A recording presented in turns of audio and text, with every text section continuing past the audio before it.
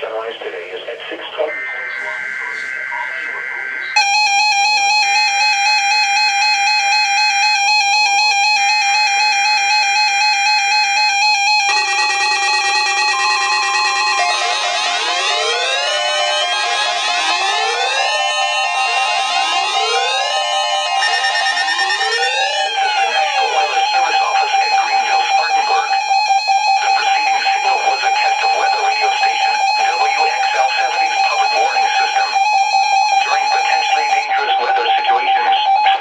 Receivers can be automatically activated to warn of an impending hazard.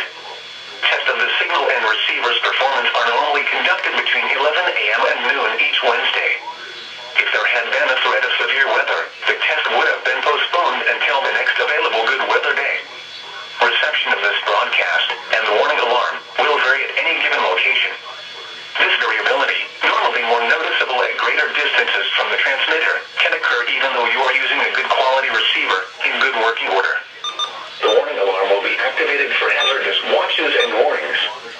For station WXL70, broadcasting near Charlotte, on a frequency of 162.475 MHz, the warning alarm will be activated for the following counties in North Carolina: Alexander, Anson, Cabarrus, Catawba, Cleveland, Gaston, Ardell, Lincoln, Mecklenburg, Montgomery, Richmond, Rowan, Stanley, and Union.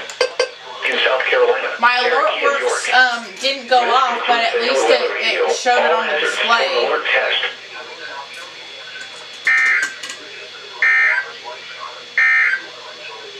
The Charlotte, North Carolina